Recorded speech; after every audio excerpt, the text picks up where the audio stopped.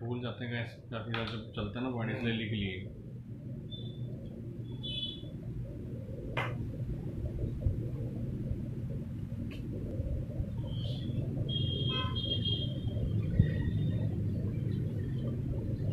नमस्कार दोस्तों, मैं हूं यशपाल शर्मा और खबरी लाल के इस लाइव प्रसारण सेवा में आपका स्वागत है।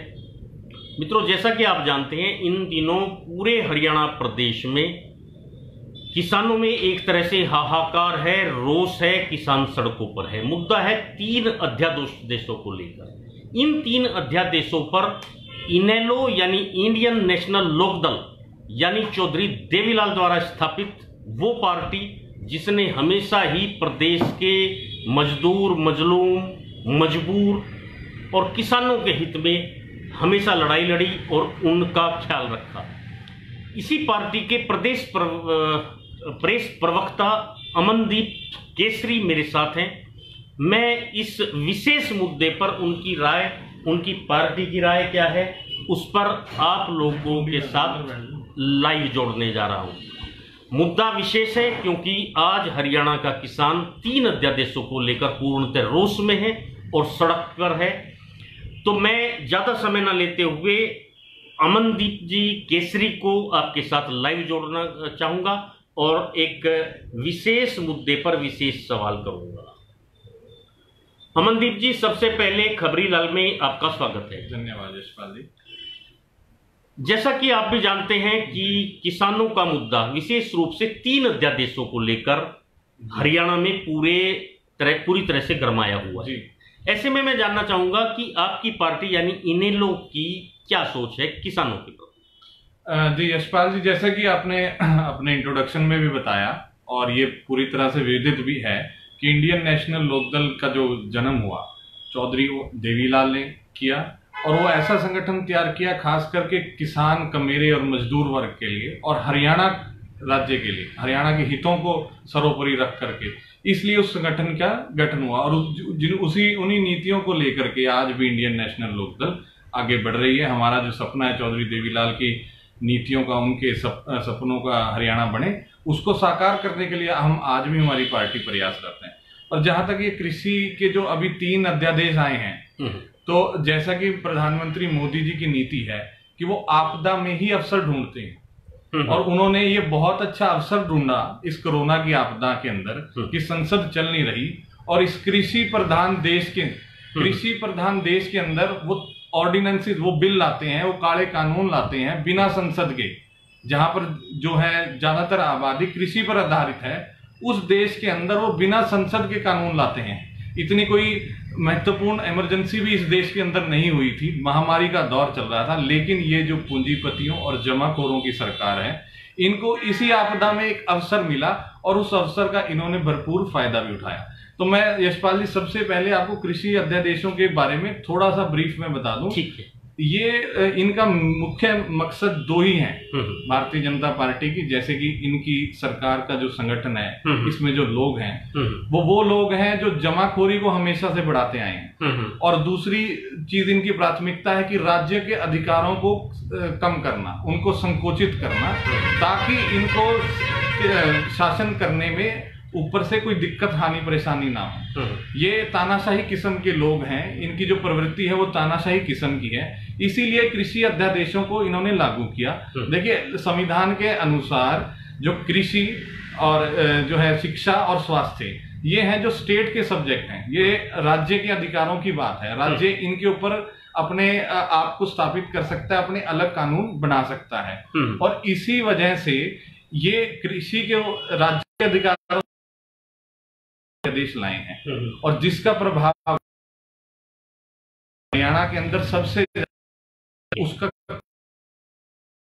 कि हरियाणा में जब हरियाणा हितैषी पार्टियां, चौधरी देवीलाल की नीतियों वाली पार्टी, इंडियन जैसी पार्टियों ने जो खून पसीने से मेहनत की, जो कि हरियाणा के किसान के लिए स्पेशल अनुदान प्रदान किए गए हैं, यहाँ पर मंडी एक्ट बनाया गया है, सरकारी खरीद के प्रावधान जो देश के अंदर सबसे अच्छे हैं, इन प्रदेशों की निर्भरता को खत्म करने के लिए ये जो है कृषि अध्यादेशों को लाया गया है, ताकि जो क्षेत्रीय है उनका जो है वो कम से कम हो और किसानों की एकता ना बने, इसलिए कृषि अध्यादेश आए। इसके अंदर देखिए मुख्य बातें जो हैं कि जो अध्यादेश आता है जिसके अंदर ये कहते हैं कि भी हम कॉन्ट्रैक्ट फार्मिंग की सुविधा करेंगे कि एक जो है प्राइवेट प्लेयर जिसका केवल एक पैन कार्ड होना चाहिए, एक पैन कार्ड वो रजिस्टर्ड करे और वो आकर के ये धंधा कर सकता है, किसान की फसल को खरीद फरोख्त कर सकता है, उसके साथ एग्रीमेंट कर सकता है, उसको कोई मंडी की जरूरत नहीं होगी, उसको कोई उसके ऊपर जो राज्य के विशेष जो कानून है वो लागू नहीं होंगे। और ये इसलिए प्रावधान बनाए गए हैं कि इनका सीधा सीधा मकसद कुछ पूंजीपतियों को फायदा पहुंचाना है। जो पहला अध्यादेश है जिसके अंदर इन्होंने कहा भी कॉन्ट्रैक्ट फार्मिंग के लिए हम सुविधा दे रहे हैं, उसका मतलब कि कोई भी दो आदमी आके किसान के साथ एग्रीमेंट कर सकते हैं और उस एग्रीमेंट में काफी सारे पॉइंट में अगर आपको विशेष तौर से बताऊं कि एक एक पॉइंट के अंदर जो किसान के अध्यादेश के अंदर है, इसका एक्ट नंबर 4 के अंदर भी ये लिखा है कि एग्रीमेंट तो होगा किसान के साथ, लेकिन जो उसकी प्रोड्यूस होगी, जो उसका जमीन से पैदावार होगी, उसकी क्वालिटी और ग्रेड पे ही व्यापारी खरीदेगा। एग्रीमेंट कर लेगा उसके साथ, लेकिन फिर भी जो उसकी प्रोड्यूस होगी, जो पैदावार होगी, उसकी क्वालिटी ग्रेड पर व्यापारी खरीदेगा। और दूसरा अध्यादेश जो इन्होंने जारी किया कि भाई हम एक जो है दोनों के बीच में ट्रेड करने के लिए हम सरकार को, राज्य की सरकार को अधिकृत कर देंगे। राज्य की सरकार एक रजिस्ट्रेशन अथॉरिटी बन करके रह जाएगी। ठीक है, दोनों के बीच में जी, आपका और आपकी पार्टी का ये मानना है कि किसानों की मांग उचित है। बिल्कुल बिल्कुल, हम किसान, देखिए ये 3 अध्यादेश जो हैं, हाँ, ये किसान को बर्बाद करने के लिए और खास करके हरियाणा जैसे प्रांत के किसान को, हरियाणा के प्रांत के किसान को क्यों मुख्य रूप से मैं कह रहा हूं कि इस प्रांत के अंदर हमारे जो पूर्वज जो नेता रहे हैं उन्होंने ऐसी व्यवस्था की है कि हमारे यहाँ पर की सरकारी खरीद के प्रबंध हैं, हमारी जो किसानों की उपज है उसको सरकार खरीदती है। ये बाकी प्रदेशों में नहीं है, सिर्फ हरियाणा और पंजाब के अंदर है। तो इन प्रदेशों की इन जो खामियां, इनकी जो खूबियां हैं और इन प्रदेश का जो किसान समृद्ध है बाकी प्रदेशों के किसान से, उसको लूटने के लिए, उसको बर्बाद करने के लिए ये अध्यादेश लाए गए हैं। इसकी हम पूरी तरह से हम इसकी निंदा करते हैं और इसको हम ये चाहते हैं कि ये खारिज होंगे। हम आखिरी दम तक लड़ेंगे, ना केवल ये किसान के जो है विपरीत हैं ये अध्यादेश, ये हरियाणा प्रदेश के विपरीत भी हैं।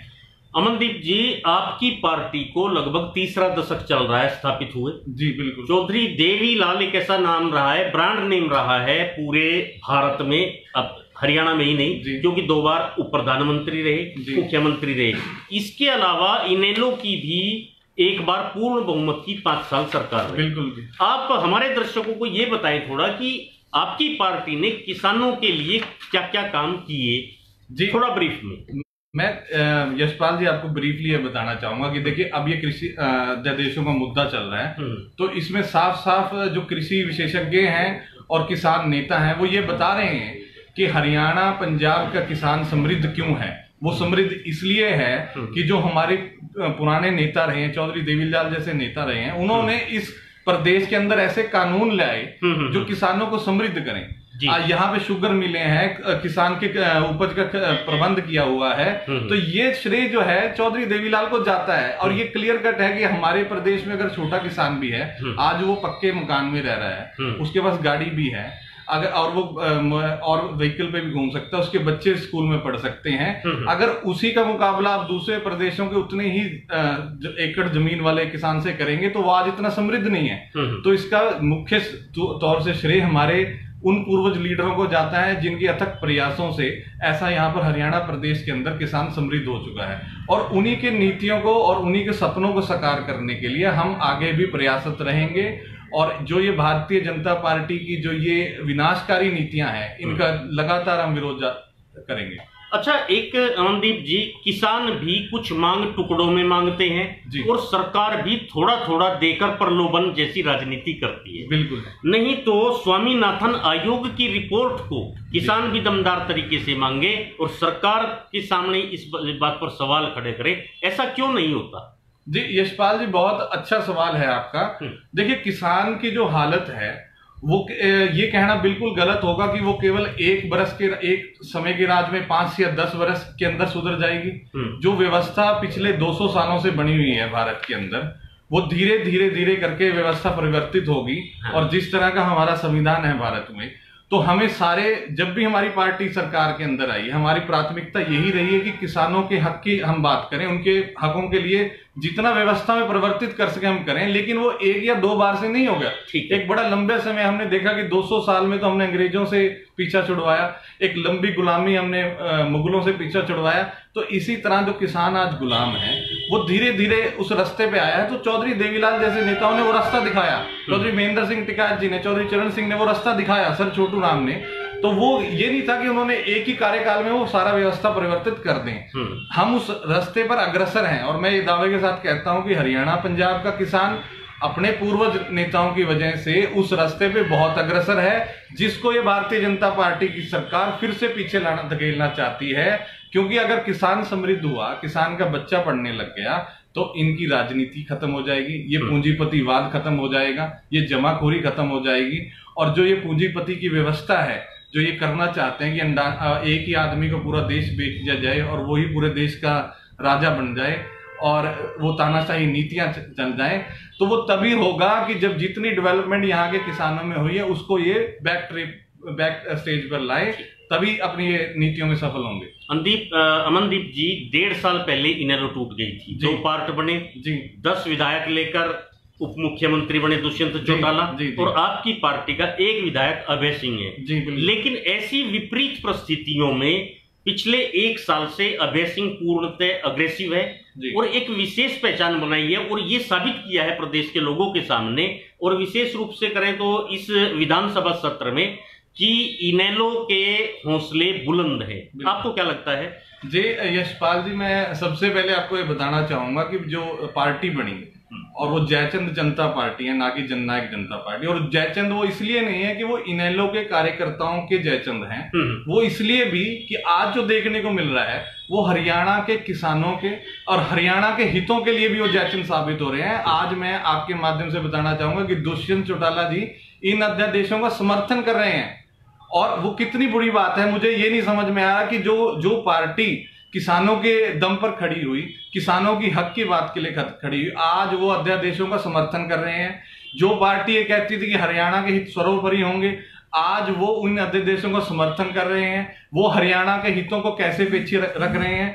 और मैं एक और चीज आपको बड़ी दुखदाई बताता हूं कि इस जो पिछला विधानसभा सत्र हुआ, उस विधानसभा सत्र के अंदर दुष्यंत चौटाला जी की जो पार्टी ने बड़ा प्रचार किया कि वो लीडर ऑफ हाउस हैं। बहुत ही निंदनीय और दुखदाई चीज ये है कि वो लीडर ऑफ हाउस होने के बावजूद वो एक रेजोल्यूशन ला सकते थे, प्रस्ताव पारित कर सकते थे किसान अध्यादेशों के खिलाफ हरियाणा की विधानसभा में। ऐसा उन्होंने नहीं किया। उन्होंने भूपेंद्र सिंह हुड्डा के साथ मिल करके अपने रजिस्ट्री वाले कानून को फटाफट से पास करवाया। और जो लोग हम पे आरोप लगाते हैं, मैं आपको दिखाना चाहूंगा कि भाई हमारी पार्टी किसानों के बाद हमने 12 ध्यान आकर्षण प्रस्ताव विधानसभा में अभय सिंह चौटाला जी ने दिए। 12 ध्यान आकर्षण प्रस्ताव, मैं इनकी आपको कॉपी भी दूंगा। 12 में से 7 जो है वो कृषि संबंधित थे। और सबसे पहले किसान केंद्र के 3 अध्यादेशों के ऊपर प्रस्ताव था कि ध्यान आकर्षण सबसे पहले इसके ऊपर हो। और 12 में से 7 जो है वो कृषि संबंधित है। टिड्डी दल का हमला किसानों पर हो रहा है, धान खरीद घोटाला, गेहूं व सरसों खरीद, चने में जो तुलाई की व्यवस्था नहीं, राइस मिलों द्वारा चावल घोटाला, और फसल बीमा योजना में जो धोखाधड़ी किसान के साथ हो रही है, और भारी वर्षा के कारण जो कपास की फसल है। आज हमने 2 दिन पहले भी जो बॉर्डर के जिले हैं, महेंद्रगढ़ हो, दादरी हो, सिरसा हो, उसके अंदर भी कपास की जो फसल खराब हुई है उसके लिए हमने ज्ञापन दिया। हमने सबसे पहले कृषि अध्यादेशों का ध्यान आकर्षण प्रस्ताव रखा, लेकिन विधानसभा में भूपेंद्र सिंह हुड्डा के साथ मिलकर सरकार ने, क्योंकि भूपेंद्र सिंह हुड्डा ने सरकार के साथ हामी भरी और केवल सेशन को 3 घंटे तक सीमित किया, जो 3 दिन तक चलना चाहिए था। अभय सिंह जी ने बहुत अच्छी बात कही कि जब सबको कोरोना टेस्ट नेगेटिव आ गया है, इस विधानसभा के अंदर हम बैठे हैं, हम वैसे भी रात रात भर जागते हैं, क्यों नहीं राजनीतिक पार्टियां जब टिकट देती हैं रात को 12-12 बजे तक अनाउंस करती हैं, क्या हम इस सदन के अंदर 12 बजे तक नहीं बैठ सकते? इतने महत्वपूर्ण मुद्दे कि कोरोना की आड़ में जो सरकार आपदा बना करके लागू करना चाहती है, उनको हम यहाँ पर डिस्कस करना चाहते हैं। उन पर चर्चा करना चाहते हैं, लेकिन सरकार ने ऐसा नहीं किया। और ये बहुत बड़ा दब्बा उन किसान नेताओं के लिए, खास करके जननायक जनता पार्टी के लिए और कांग्रेस के लिए। और कांग्रेस की मैं एक और बात जोड़ दूं कि कल उनकी पार्लियामेंट्री बोर्ड की मीटिंग हुई, उन्होंने ये मुद्दा जो उनको केंद्र में उठाना चाहिए था, उन्होंने वो मीटिंग में ये रखा ही नहीं है। वो किसान अध्यादेशों को अब नहीं उठाने जा रहे पार्लियामेंट के अंदर। ये बहुत बड़ा दब्बा है। तो इसलिए मैं कह रहा हूं कि क्यों राज्य हितैषी पार्टियां को ही तवज्जो देनी चाहिए। केवल वो ही आपके हितों की बात कर सकते हैं, खास करके हरियाणा के किसानों की, क्योंकि कांग्रेस आपकी बात नहीं करेगी। और जो जेजेपी केवल कुर्सी के लालच में, बहुत ही दुखदाई और निंदनीय है, बहुत शर्मनाक बात है। चौधरी देवीलाल के परिवार से आते हैं, उनका नाम लेते हैं और केवल कुर्सी के लालच में किसानों के साथ इतना बड़ा धोखा करते हैं, इसलिए उनको जयचंदों की संज्ञा दी गई है। आपका कहने का मतलब है कि अगर राजनीतिक दलों की दृष्टि से सबको देखा जाए तो इनेलो कहीं न कहीं किसानों के मामले में सबसे आगे खड़ी, किसानों के भी और हरियाणा के हितों के मामले में। अच्छा, मैं फिर से बता रहा हूं, मुझे एक बात और भी, एक खास प्रश्न है कि भारतीय जनता पार्टी और जजपा की जो मिली जुली गठबंधन की सरकार है, इसे 10 महीने हो गए और 11वां घोटाला, होमगार्ड भर्ती घोटाला सामने आ गया। जी बिल्कुल। तो ऐसे में इसका मतलब तो सीधा सीधा है कि इनेलो को इसका बहुत बड़ा फायदा मिलने जा रहा है। देखिए, इनेलो को मैं ये नहीं कहूंगा कि फायदा मिलने जा रहा है। हमारा तो केवल एक ही उद्देश्य है कि हरियाणा के लोगों के हितों की बात कैसे की जाए, हरियाणा की संपत्ति को, हरियाणा के लोगों के गाढ़े खून पसीने की कमाई को कैसे इन लुटेरों से बचाया जा सके, वो आवाज हम निरंतर उठाते रहेंगे। चाहे वो विधानसभा में अगर हमारी बात नहीं सुनी जाएगी तो हम सड़क पर धरना प्रदर्शनों के माध्यम से हम उठाएंगे वो बात। और इन जो लुटेरों की सरकार, मैं बता रहा हूं कि दुष्यंत जी ये कहते हैं कि नॉन सीरियस नेता है अभय सिंह जी। हाँ, वो नॉन सीरियस राजनीतिक लिहाज से जरूर हैं, लेकिन दुष्यंत जी की नॉन सीरियसनेस मैंने बताई आपको। वो विधानसभा के लीडर थे, उन्होंने क्या किसानों के साथ धोखा किया। और वो सीरियस केवल पैसे कमाने के लिए हैं, केवल और केवल घोटाले करने के लिए हैं। कैसे इस प्रदेश को लूटा जाए उस चीज के लिए वो सीरियस हैं, कैसे अपनी राजनीति चमकाई जाए उस चीज के लिए वो सीरियस है। ठीक है अमनदीप जी, जिस तरह से अभय सिंह अग्रेसिव है, क्या इनेलो का छोटा बड़ा कार्यकर्ता भी अब जोश खरोश के साथ, मजबूती के साथ क्या प्लान करके आगे आएगा? जी यशपाल जी, जैसे कि स्टार्टिंग में ही आपने बताया था और मैंने भी ये दोहराया था कि चौधरी देवीलाल ने जब इस संगठन की नींव रखी, उस समय जो आदमी थे संगठन के साथ, जो परिवार जुड़े, वो इसी महत्व से जुड़े थे। वो वही एग्रेशन लोग थे, दबे कुचले पिछड़े लोग थे जो अपने हकों से वंचित रहे। ये आप एग्रेसिव मत देखिए, ये वो लोग हैं जिनको अपने हितों के लिए लड़ना पड़ रहा है। ये इसलिए आपको ये दिख रहा है कि वो आक्रामक हैं, जिनके हितों के साथ, जिनको मूर्ख समझ करके, जिनको बरगला करके, आप देखिए धोखा कर करके कैसे उनको बरगला करके उनका वोट ले लिया जाता है और फिर उनके साथ धोखा होता है। उनको अपने साथ हुए धोखों के लड़ने के लिए ये आक्रामकता दिखानी पड़ रही है सरकार को, और वो अपने हितों के लिए आगे भी आक्रामक रहेंगे। मैं ये आपके माध्यम से कहना चाहता हूँ। आने वाले दिनों में इनेलो मजबूती के साथ आगे आएगी, उसके लिए आप लोगों के क्या प्रयास? देखिए यशपाल जी, हमने देखा, हम लगातार पिछले 3 जो विधानसभा के चुनाव में कहीं ना कहीं जो दूसरी राजनीतिक पार्टियों के षड्यंत्र में कहीं ना कहीं हमारी बात अधूरी रह जाती है। उसका सबसे बड़ा कारण हमने ये देखा कि आजकल का दौर जो है, जो सोशल मीडिया का, कम्युनिकेशन का दौर है, इसके बहुत सारे फायदे भी हैं, लेकिन इसका एक नुकसान भी है कि इसके अंदर जो गलत प्रचार चल जाता है, जो लोगों को भ्रमित करने के लिए प्रचार चल जाता है, वो बड़ी जल्दी से फैलता है। और हरियाणा के जो लोग हैं, खास करके किसान, जो भोले भाले किसान हैं, जिनकी पहचान ही भोलेपन से है, वो बड़ी जल्दी इनकी बातों में आ जाते हैं। पहला उदाहरण हमें 2014 में देखने को मिला, लोकसभा के चुनाव के अंदर, कैसे मोदी जी ने उनको बहका लिया अपनी बातों में।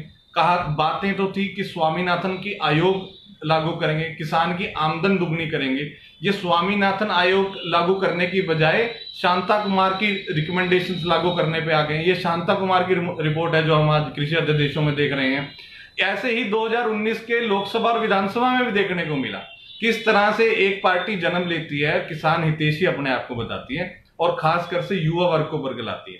तो हमारा उद्देश्य इस बार ये रहेगा कि हम उस युवा वर्ग को खासकर से उस समझाने का प्रयास करें कि आप जागरूक होइए, आप उस तरीके से जागरूक होइए ताकि आगे से कोई भी आपके भावुकता का, आपके भोलेपन का फायदा ना उठा सके। आप अच्छे बुरे की पहचान करिए, आप अच्छे बुरे का समझ रखिए। कोई तीसरा आदमी नहीं होना चाहिए आपको बताने के लिए कि आपका ये अच्छा है, ये बुरा है। ये आप खुद डिसाइड करिए। हमारा उद्देश्य है कि हम युवाओं को उस तरह से जागृत करेंगे। और यशपाल जी, इसमें छोटी सी बात मैं और ऐड करूंगा, मुझे बहुत अच्छा लगा, खास करके जो मेरे जिले के युवा किसान हैं, युवा किसान के बेटे हैं, वो आजकल फेसबुक पे जो किसान अध्यादेशों के खिलाफ मुखर हो रहे हैं, और उसमें काफी बड़ी संख्या में वो हैं जो जजपा और भाजपा के कभी समर्थक हुआ करते थे। देखिए, एक तरह से खुशी भी हुई कि आज उनको अपनी भूल का एहसास भी हुआ। और उनसे मैं प्रार्थना करना चाहूंगा उन भाइयों से कि वो अब भी ये मत कहें कि भाई हम जब किसानों की बात आए कि वैसे जजपा के समर्थक भाजपा के रहेंगे, लेकिन किसानों के साथ हम किसानों के। आप ये समझने की कोशिश करिए मेरे बोले भाइयों कि आपकी जो पहचान है, आपकी जो कृषि की पहचान है, आपकी जो असली ताकत है, आपके किसान खेत हैं, उसको लूटने का काम ये नेता कर रहे हैं। वो आपके हितैषी कभी नहीं हो सकते। आपको आवाज उठानी पड़ेगी, और उनको जब आप बताएंगे कि आपने उनको उठाया तो आप गिराएंगे भी, तभी वो नेता आपके समर्थन में आएंगे, आपकी हकों की बात करेंगे। मेरा लास्ट प्रश्न है अमनदीप जी। सबसे बड़ी बात है कि आपके नेता अभय सिंह बिल्कुल अच्छे तरीके से आपकी पार्टी की अगुवाई कर रहे हैं, अग्रेसिव भी हैं, पार्टी में भी आप लोग प्रयास कर रहे हैं, और सबसे बड़ी बात है कि युवा और किसान मिलकर आपके साथ जा रहा है। इसके अलावा बसपा का एक बहुत बड़ा गुट टूटकर आपके साथ आया है। जी बिल्कुल। कुछ ना कुछ बहुत बड़ी मजबूती एक साल में आपने अचीव की है। जी बिल्कुल। क्या इसका असर बड़ौदा उपचुनाव में देखने को मिलेगा? बिल्कुल यशपाल जी, आप बड़ौदा उपचुनाव की कवरिंग देख ही रहे होंगे। वहां पर बाकी कोई भी पार्टी का नेता जाता है तो उसको कोरोना आ जाता है। केवल मात्र जब अभय सिंह जी जाते हैं तो उनको कोरोना वहां नहीं होता। जो भरपूर समर्थन और प्यार बड़ौदा की जनता उनको दे रही है, उससे ये साफ जाहिर है कि सरकार समझ चुकी है कि बड़ौदा की जनता के मन में क्या है। और वो निश्चित रूप से जो एक साल के अंदर हमारी पार्टी के अंदर जो बदलाव हुए हैं, खासकर से जो गरीब कमेरे वर्ग के साथियों का हमें समर्थन मिला है, उनकी हकों की आवाज जो अभय सिंह जी ने उठाई है, उसका जो रिजल्ट आज हमें बड़ौदा में देखने को मिल रहा है। और उसी के चलते मैं आपको ये बता दूं अब आगे क्या होने वाला है कि सरकार कोरोना का बहाना लेकर के बड़ौदा उपचुनाव को अपनी संवैधानिक मजबूरी के बाद भी आगे बढ़ाएगी। वो 6 महीने के अंदर करवाने की मजबूरी है सरकार की, लेकिन ये बहाना लेंगे क्योंकि जो भी भाजपा का नेता वहां जाता है उसको कोरोना संक्रमित ये दिखा देते हैं, और धीरे धीरे इनका षड्यंत्र ये है कि उसको कोरोना ग्रस्त हल्का बता देंगे और वहां पर चुनाव होने नहीं देंगे। और उसका ये इससे बड़ा उदाहरण नहीं हो सकता कि ये इंडियन नेशनल लोकदल की बढ़ती लोकप्रियता अभय सिंह चौटाला के अथक प्रयासों का ही एक कारण है। धन्यवाद अमनदीप जी, बहुत बहुत धन्यवाद। मित्रों, जी केसरी अंबाला से और इनेलो के प्रदेश प्रवक्ता हैं। इन्होंने बहुत अच्छे तरीके से इनेलो की नीतियों को, पुराने कामों को, अगले टारगेट को, उन सबको रखा। मुख्य बात यही है कि बड़ौदा चुनाव होने जा रहा है। हालांकि अमनदीप जी की माने तो भाजपा कहीं न कहीं चुनाव से फिसल सकती है, सरकार कोई भी कोरोना जैसा बहाना कर सकती है, लेकिन आने वाले समय में इनेलो की एक और कड़ी अग्नि परीक्षा होगी बड़ौदा उपचुनाव में। इसके अलावा जैसा कि इन्होंने बताया कि संगठन मजबूत हो रहा है, युवा जुड़ रहे हैं, बसपा का बहुत बड़ा गुट एक साथ आया है, तो हो सकता है आने वाले समय में इनेलो एक ऐसी करवट ले जिससे प्रदेश की राजनीति बिल्कुल बदल जाए। आपको यह प्रोग्राम कैसा लगा? आप प्लीज इसे ज्यादा से ज्यादा लाइक, कमेंट, शेयर जरूर करें। नमस्कार।